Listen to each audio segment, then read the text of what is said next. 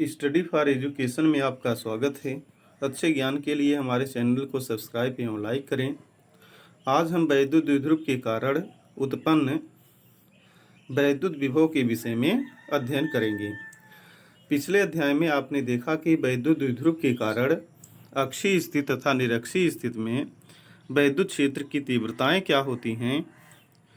ठीक उसी तरह से वैद्युत द्विध्रुव के कारण अक्षीय तथा निरक्षीय स्थिति में स्थित किसी बिंदु पर वैद्युत विभव की गणना इस पॉइंट में किया जाएगा।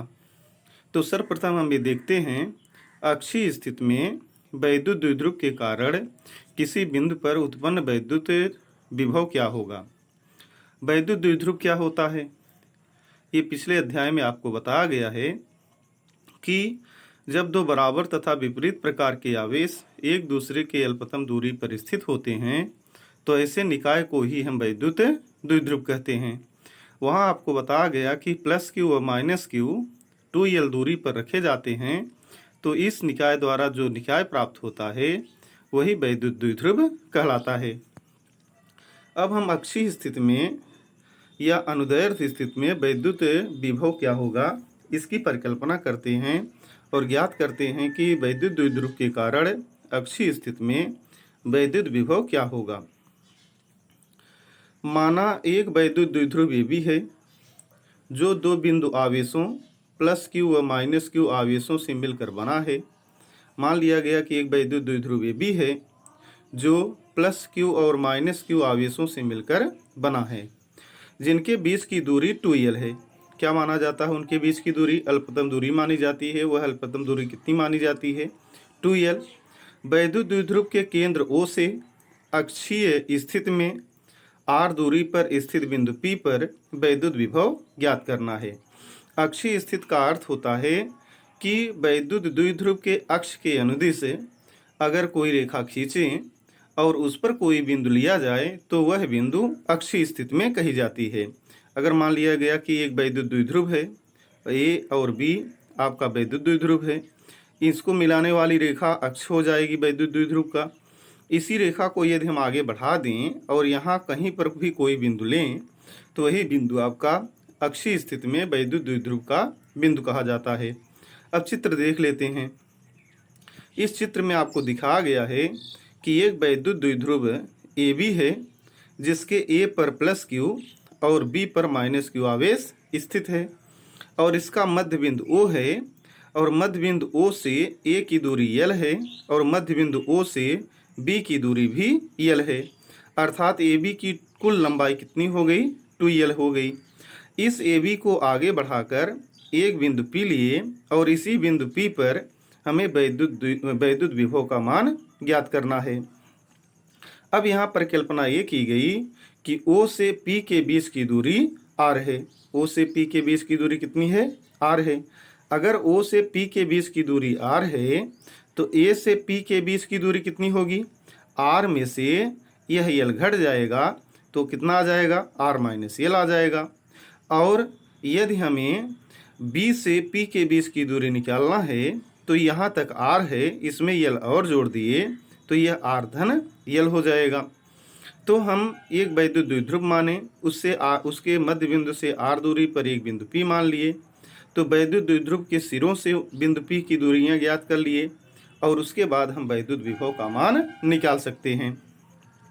अब इस चित्र की सहायता से हम क्या ज्ञात किए, प्लस क्यू आवेश से बिंदु P की दूरी अर्थात AP बराबर कितना हो गया, r माइनस l। अब ये भी समझाया गया। माइनस क्यू आवेश से बिंदु P की दूरी BP बराबर हो जाएगा r plus l। Plus Q आवेश के कारण बिंदु P पर वैद्युत विभव कितना होगा।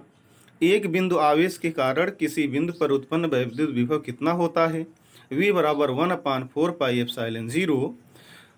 V बराबर क्या होता है, 1/4 पाई एप्सिलॉन 0 Q बटे R होता है। तो यहाँ पर प्लस Q से बिंदु P के बीच की दूरी कितना है, R माइनस l है। आवेश कितना है, प्लस Q है। अतः VA माने A के कारण उत्पन्न विभव VA बराबर प्लस प्लस कहाँ से आया, आवेश धनावेश है तो इस कारण से प्लस क्यू रखेंगे और यही प्लस पहले लिख दिया गया। तो VA बराबर प्लस 1/4 पाई एप्सिलॉन 0 क्यू बटे आर माइनस यल हो गया। अब इसी तरह से माइनस क्यू के कारण उत्पन्न वैद्युत विभव ज्ञात करें। तो माइनस क्यू के कारण उत्पन्न वैद्युत विभव कितना होगा? माइनस क्यू के कारण उत्पन्न वैद्युत विभव अगर याद करें तो माइनस क्यू आवेश के कारण बिंदु P पर वैद्युत विभव बराबर VB बराबर -1/4πε0 क्यू बटे आर प्लस यल होगा। ये कहाँ से आया? माइनस चिन्ह कहाँ से आया? क्योंकि आवेश को हम चिन्ह सहित ज्ञात करते हैं, इस कारण से विभव ज्ञात करते समय आवेश का चिन्ह भी रखें, और यह आवेश ऋण आवेश है, इस कारण से माइनस क्यू रखा गया। अब इसके बाद इन दोनों की सहायता से हम बिंदु P पर परिणामी वैद्युत विभव ज्ञात कर सकते हैं। तो बिंदु P पर परिणामी वैद्युत विभव अगर मान लिया जाए V है, तो V बराबर हो जाएगा VA प्लस VB। इसके पिछले कड़ी में हम आपको बताए थे किसी बिंदु आवेश पर वैद्युत आवेशों के कारण उत्पन्न वैद्युत विभव क्या होता है। तो वहाँ बताया गया कि अलग अलग आवेशों के कारण उत्पन्न वैद्युत विभवों का बीजगणितीय योग ही उस बिंदु पर परिणामी वैद्युत विभव होता है। तो यहाँ पर अगर हमें बिंदु P पर वैद्युत विभव ज्ञात करना है तो बिंदु P पर परिणामी वैद्युत विभव V बराबर हो जाएगा VA प्लस VB के। अब VA का मान कितना है? VA का मान 1/4πε0 क्यू बटे आर माइनस यल है, और VB का मान कितना है? -1/4πε0 क्यू बटे आर प्लस यल है। यह माइनस क्यों आया? क्योंकि यह आवेश माइनस क्यू के कारण है और यह आवेश प्लस क्यू के कारण बिंदु P पर उत्पन्न विभव हैं। अब इसमें जो कॉमन है उसको कॉमन ले लिया जाए, तो इसमें आप देख रहे हैं कि Q बटे 4πε0 दोनों में है, तो इस कारण से Q बटे 4πε0 कॉमन ले लिया गया। तो यहाँ पर 1/r माइनस एल बचा, इस कोष्टक में 1/r माइनस एल बचा, और इस कोष्टक में 1/r प्लस एल बचा, और चिन्ह का अगर प्लस में गुणा करेंगे तो माइनस हो जाएगा। अर्थात Q/4πε0 बड़े ब्रैकेट में 1/r minus L minus 1/r plus यल हो गया। अब इसके लिए क्या किया जाए? अब इसी समीकरण को हल करें तो इन दोनों का लस अगर लिया जाए तो r minus L into R plus L होगा। r माइनस एल और r प्लस एल का लस लेंगे तो r minus L into R plus L हो गया। या ऐसे तिरछा तिरछा गुणा कर दिया जाए तो तिरछा गुणा करके और तिर्यक गुणा करके अगर लगा यहाँ लिख दिया जाए तो 1 में r प्लस एल का गुणा करेंगे तो r प्लस एल आएगा, 1 में r माइनस एल का गुणा करेंगे तो r माइनस एल आएगा। इन दोनों का आपस में गुणा करके नीचे लिख दिया गया, तो यही समीकरण आपका प्राप्त हो गया।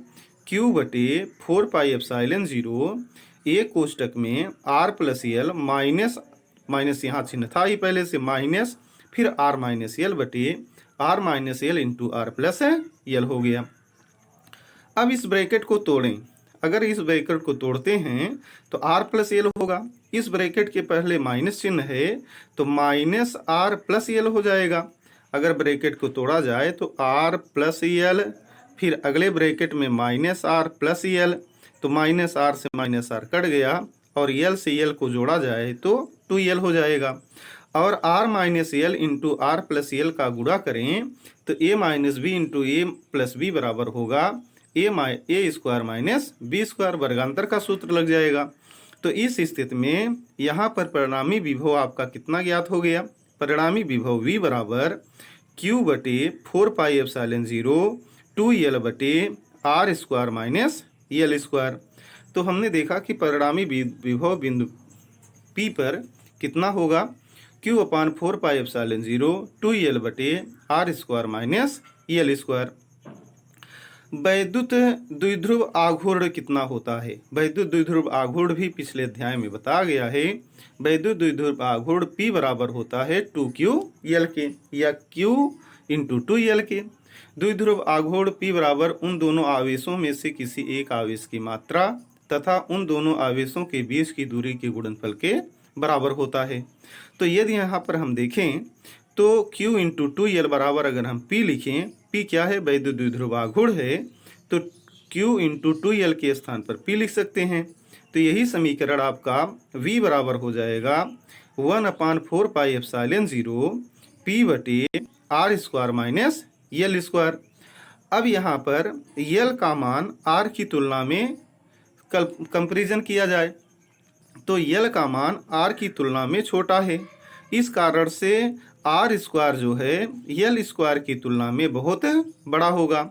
तो हम आर स्क्वायर की तुलना में यल स्क्वायर को छोड़ दें तो यह समीकरण आपका प्राप्त हो जाएगा v बराबर 1/4πε0 P बटे आर स्क्वायर।